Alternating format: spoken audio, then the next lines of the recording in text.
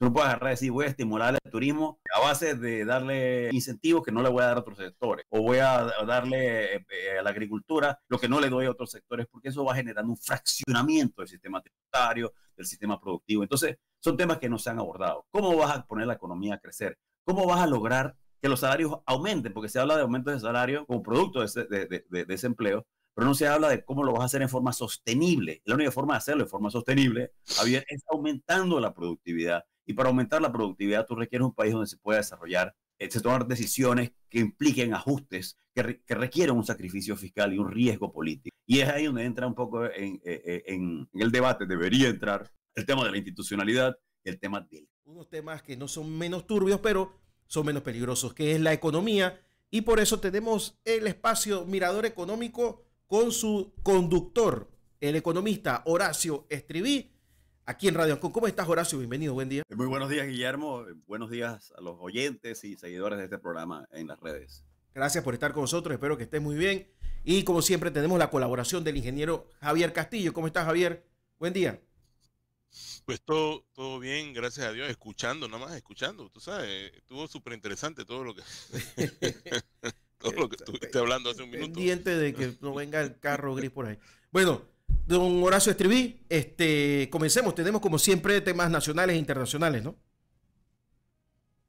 Es correcto, sí. Empecemos por Panamá, claro, donde queremos abordar esencialmente dos temas. Uno es la información que da el Instituto Nacional de Estadísticas de la Contraloría y en relación al cierre del crecimiento del año 2023 de Panamá. Y el segundo tema es comentar un poco sobre el tercer debate que ya se ha anunciado y que también se han señalado cuáles serían los temas a tratar en esa ocasión, que básicamente se reducen, hasta donde entiendo, a institucionalidad y educación, salud, agua y sostenibilidad, así como empleo y emprendimientos. Y hacer algunos comentarios un poco en la misma línea de la semana anterior sobre la importancia de que los candidatos aprovechen el tiempo al máximo y se eviten caer en lo que me parece a mí son un aislamiento innecesario de cada tema, ¿no? Un fraccionamiento que a veces crea la impresión de que se trata de temas aislados económicos y cuando en realidad debería haber una integración completa. En esta oportunidad también es necesario resaltar que se está incluyendo el tema de la institucionalidad que habíamos venido sosteniendo, que es de suprema importancia, porque tiene un impacto de tipo transversal. Y conversaremos sobre ese tema en su momento. En cuanto al tema internacional, vamos a abordar la noticia de la Reserva Federal de los Estados Unidos, y esencialmente la decisión de no aumentar las tasas de interés, o mejor dicho, de no reducir las tasas de interés. Así que yo empezaría por esto último y analizar un poquito la trascendencia de ese tema a nivel mundial y a nivel de Panamá. Te dejo nada más un comentario, Horacio. A mí me parece que seguimos teniendo problemas con los formatos. Teniendo 8 candidatos presidenciales, semejante cantidad de temas que ellos quieren tratar, es absurdo. Me parece que deberían reducir el número de temas e incrementar la capacidad de los candidatos de que hablen, simplemente, de que se expresen. Creo que coincido contigo y lo podemos abordar en su momento, cuando hablamos sobre Panamá, pero en esencia coincido contigo, aunque adelanto que me parece que también dentro del esquema los candidatos podrían hacer un mejor aprovechamiento del tiempo. Pero podemos desarrollar esa idea en la segunda parte del programa. Pero bueno, volviendo a Estados Unidos y a la Reserva Federal, y la gente se preguntará, bueno, ¿por qué esa insistencia en hablar sobre las decisiones que se adoptan en Estados Unidos? Bueno, por varias razones, pero primero que nada porque los Estados Unidos es quiera sea o no, gusten o no, es digamos, el centro hegemónico de la economía occidental. En primer lugar, en segundo lugar, y por consiguiente, las decisiones que se adoptan en esa economía tienen una incidencia sobre la economía global de forma directa, ¿no? Y eso incluye, por supuesto, también a Panamá. En este caso, la disyuntiva consiste en que la Reserva Federal adoptó la semana pasada, o esta semana, corrijo, la decisión de no aumentar las tasas, de no bajar las tasas de interés. Había cierta expectativa respecto a qué podría anunciar la Reserva Federal en vista de qué. En vista de que en los primeros meses del año corriente hubo algunos indicios de que la inflación pudiera estar sufriendo alguna especie de rebote o de rebrote o resurgimiento Y había una gran expectativa del mercado porque en un momento dado se pensó que la Reserva Federal, como consecuencia de lo anterior, adoptaría la decisión de posponer indefinidamente la posibilidad de reducir las tasas de interés. ¿Por qué es importante el tema de reducir las tasas de interés? Bueno, como ustedes recordarán, después del COVID se inyectó una gran cantidad de dinero en la economía norteamericana. Eso provocó una reactivación, pero también trajo consigo una inflación que es tremendamente dañina, y eso provocó la decisión de la Reserva Federal de aumentar las tasas, que de paso, las tasas de los Federal Fund Rates, como se llaman, que son básicamente las tasas que aplica el Banco Central para los préstamos a la banca comercial de Estados Unidos.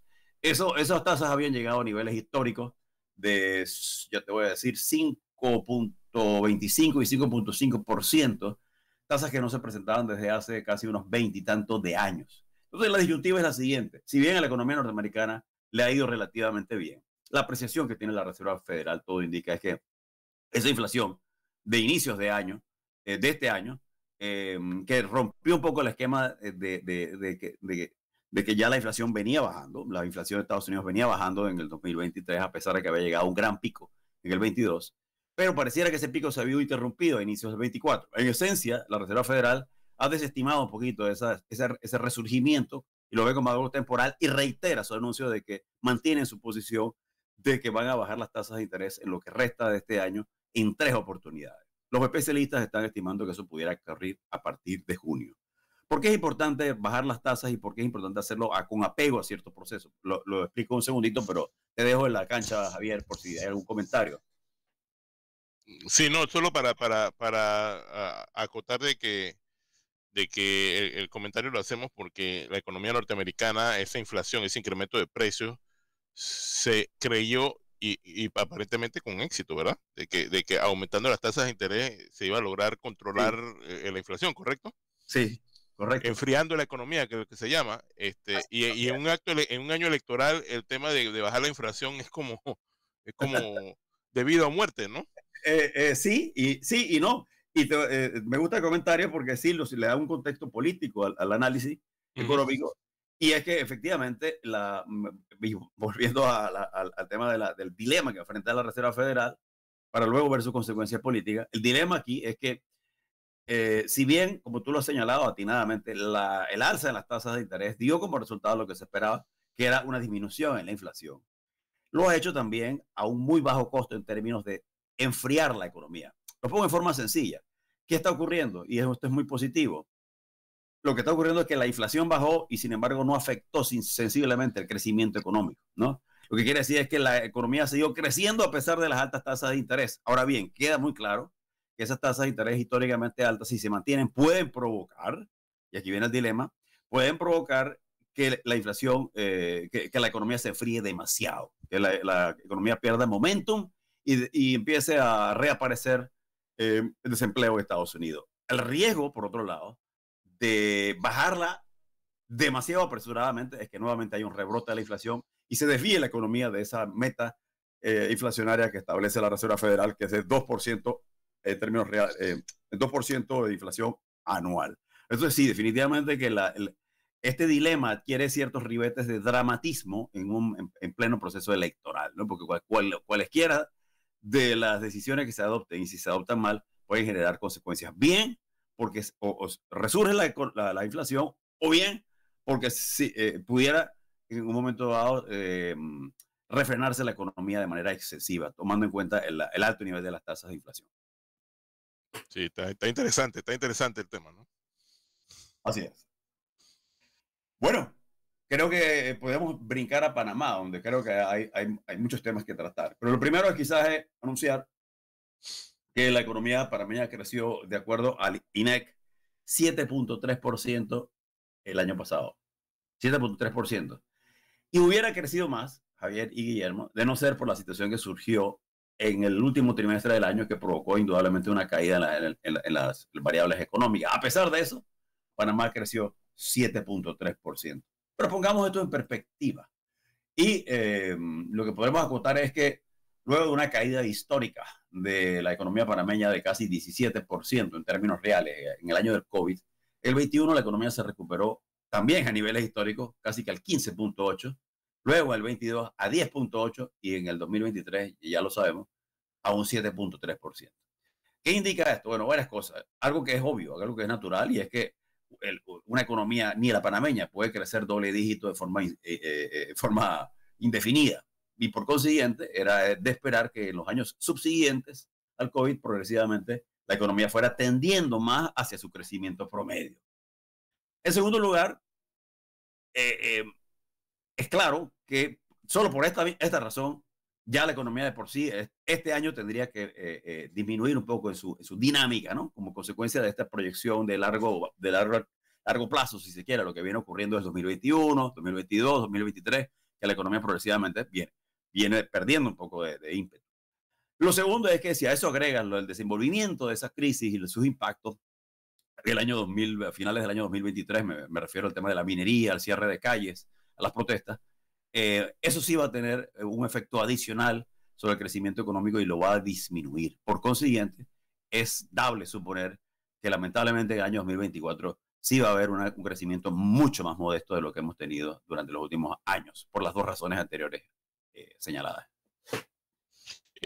A mí me atrae tremendamente la atención el ver la proyección de crecimiento que tenemos para este año comparada con el año pasado, ¿no? Yo no sé si se va a dar el 2% o el 4%, lo que la gente está hablando. Yo me inclino más hacia un 2%, viendo las cosas como van. Pero venir de 7% a 2%, el que quiera negar que nosotros nos estamos metiendo en un problema, no está viendo los números. Yo coincido contigo, ¿no? Y no se trata de verlo en forma catastrófica, pero tampoco en forma excesivamente optimista o con ligereza, como creo que en algún momento se vio, cuando escuché a algunas personas que habían defendido la causa de la minería decir, bueno, total, ¿qué más da crecer 7% a crecer 2, 3%? Eso no. Bueno, eso es irrelevante, eso es irrelevante.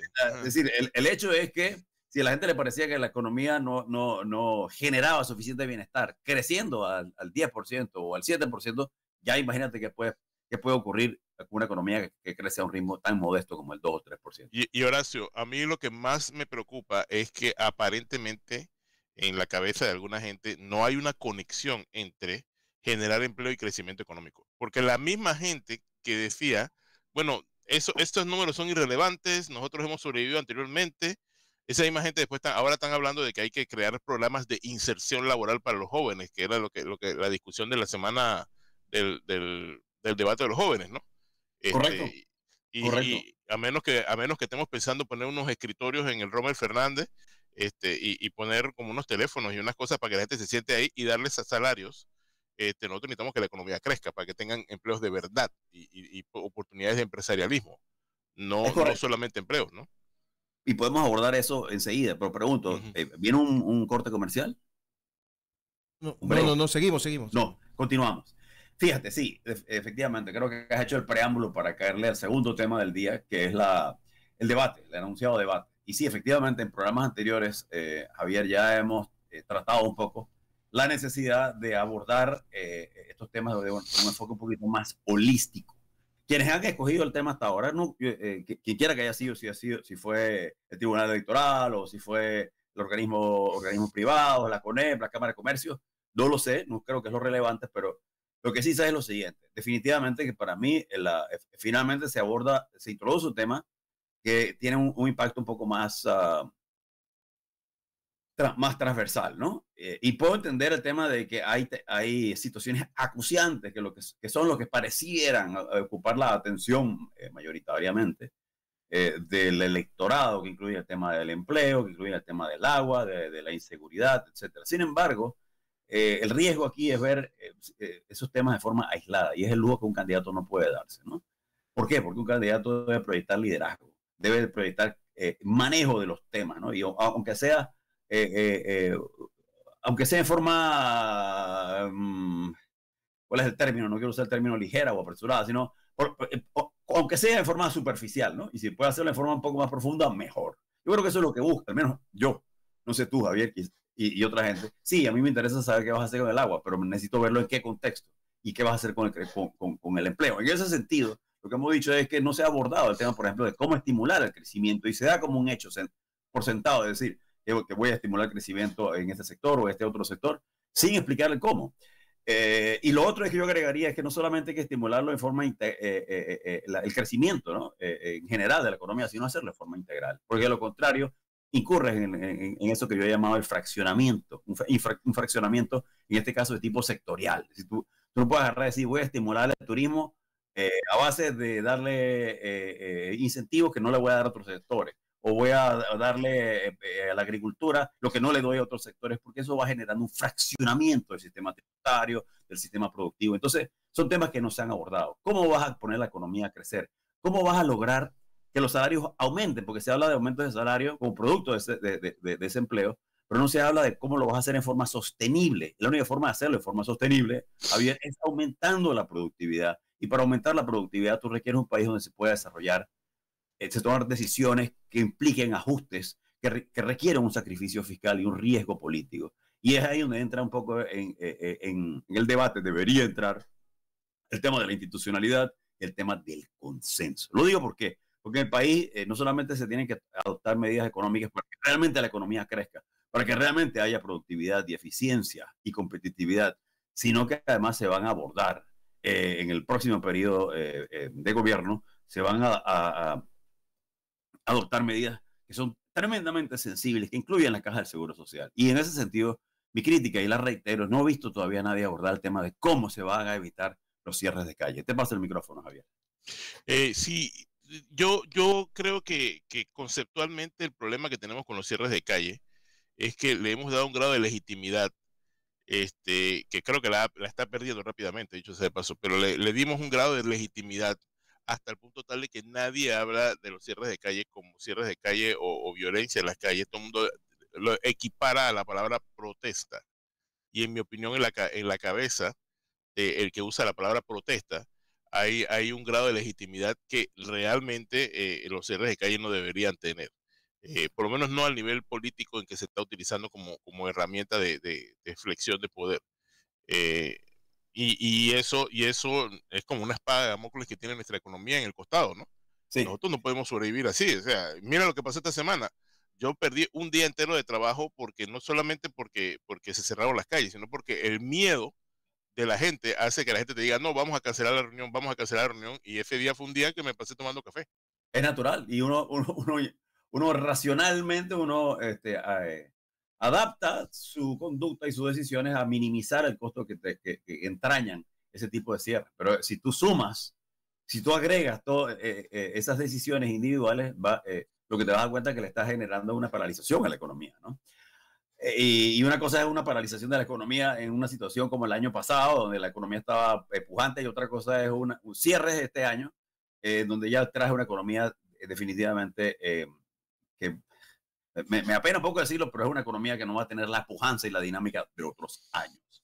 Entonces sí, me parece favorable lo que ha planteado el Tribunal Electoral. Tú señalas algo bastante atinado, y es que lamentablemente por la cantidad de candidatos, la escasez de tiempo, le imprime cierta rigidez al formato y a la estructura y a la dinámica del debate. Pues yo coincido con eso, pero te voy a decir, ¿no? Y lo digo con un poquito de petulancia, en mi experiencia participando en temas de este tipo. Al final uno como orador, no importa el tiempo que te den, uno siempre logra construir, dibujar el panorama que a uno le interesa y el que uno quiere. Y en ese sentido yo creo que nada impide, nada inhibe que si tú vas a tratar el tema, por ejemplo, del agua, digas bajo qué modelo y bajo qué concepto. Si tú vas a trabajar el tema de la educación y la salud, yo te quiero preguntar cómo tú vas a generar el consenso que requieres con los gremios educativos para que no salgan a la calle cuando tú les planteas la necesidad de mejorar la calidad de la educación y hacerlo de forma integral, ¿no? Administración, gremios, padres de familia y todos. Cuando tú hablas del empleo, yo quisiera pensar que también me vas a hablar de cómo vas a generar nuevos motores de crecimiento y cuáles son las áreas de la economía que vas a autar, vas a meter innovación, vas a meter tecnología. Cuando hablas de institucionalidad, a mí en lo personal me gustaría oír no solamente sobre institucionalidad como un concepto vago, etéreo, sino cómo se aterriza eso, cómo consolidas a través de una mejor institucionalidad el Estado de Derecho para que no cierren las calles, que se cumpla la justicia, que haya independencia en los poderes, que haya transparencia efectivamente, ¿no? Y que por último también se incluya dentro del tema de institucionalidad la necesidad de una mejoría sensible en la administración pública. Sí, sí, ni hablar, ni hablar. Yo pienso y si me permites, me parece que sobre todo ese último elemento de la institucionalidad democrática, habría los candidatos tendrían que intentar aterrizarlo para darle la practicidad, o sea, para explicarle a la gente por qué es importante. Porque ahora Totalmente. mismo, cada vez que yo digo institucionalidad democrática entre mis parientes, todo el mundo me escupe un ojo. Todo el mundo me mira con cara de este loco ya viene a hablar de cosas inútiles. Y la gente no entiende que ese es un elemento tan importante para poder que tengas trabajo y que tengas que comer, ¿no? Sin duda alguna, Javier, y tiene un enorme impacto por una razón sencilla, y lo he sostenido y lo seguiré repitiendo. Y lo digo por la experiencia propia que he tenido en la confección de planes de gobierno y su eventual ejecución. Tú puedes planificar lo que tú quieras para el sector agrícola. Tú puedes planificar lo que tú quieras para el sector industrial o el sector educativo, o el de salud, o el del agua, o el de logística, o el de turismo. Pero si esos planes no descansan sobre un supuesto fundamental, que es la existencia de institucionalidad, de instituciones que actúen en forma transparente, instituciones que actúen en forma dinámica, diligente, que no haya exceso de burocracia, en fin. Me temo que la mayoría de estos planes van a quedar, como han quedado, algunos de ellos en el pasado, truncados, sin ejecutarse. Y es por esa razón. Por eso es que creo que es equivocada una visión fraccionada del problema. Y lamentablemente creo que algunos candidatos han incurrido en mayor o menor grado en ese desliz. Guillermo, no sé si tienes algún comentario.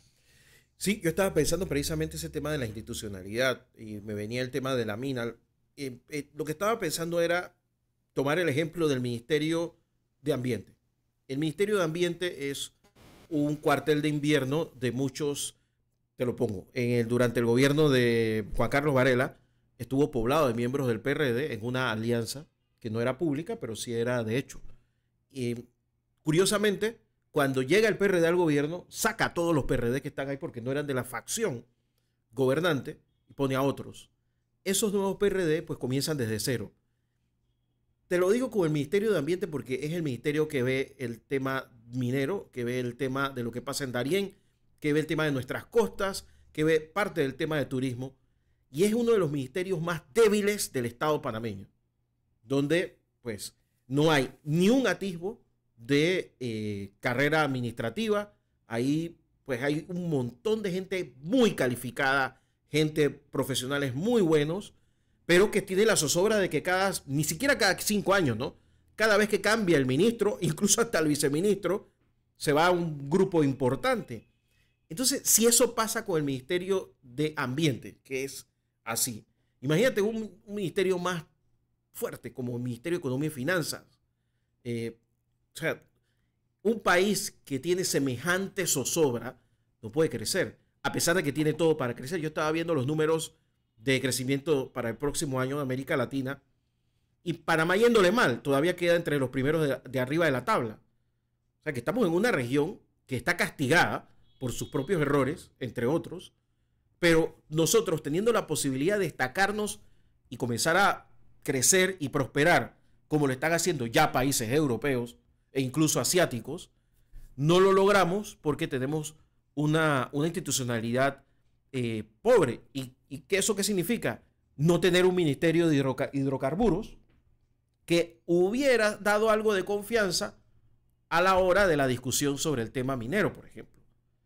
Entonces, ¿qué pasa? Te creas la autoridad de los pescaditos, la autoridad del pulpo, la autoridad de la mariposa, y ese poco de instituciones para lo único que sirve es para meter botellas, para llenarlas de puestos innecesarios y gente viajando. Pero crear institucionalidad no es crear un montón de instituciones, es que las que hay funcionen y que permitan la generación de empleo y de empleo de calidad. Eso significa traer inversión extranjera y que el inversionista local tenga la posibilidad de tener acceso a la creación de empresas rápidas y que tenga la posibilidad de acceso a créditos blandos y con facilidades. Nada de eso que yo estoy diciendo se está dando. Y lo peor de todo, y ustedes estaban ahí cuando estaban los equipos económicos de los que candidatos, ninguno lo ha propuesto. Y eso a mí me preocupa, Horacio y Javier.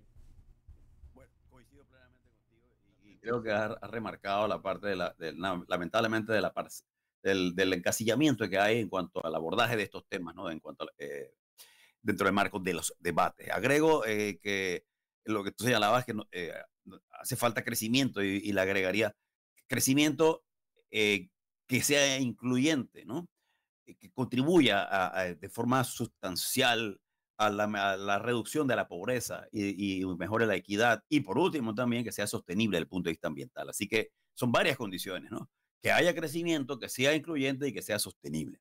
Por un lado. Por otro lado, coincido contigo en la importancia de que dentro del marco del paraguas del tema de la institucionalidad está el tema de la administración pública que incluye ¿cómo se llama? La carrera administrativa. Y quiero agregar algo sobre el tema de que insistentemente se habla sobre el primer empleo, el empleo para jóvenes y bajo los distintos nombres que se tienen. Hombre, les voy a comentar algo.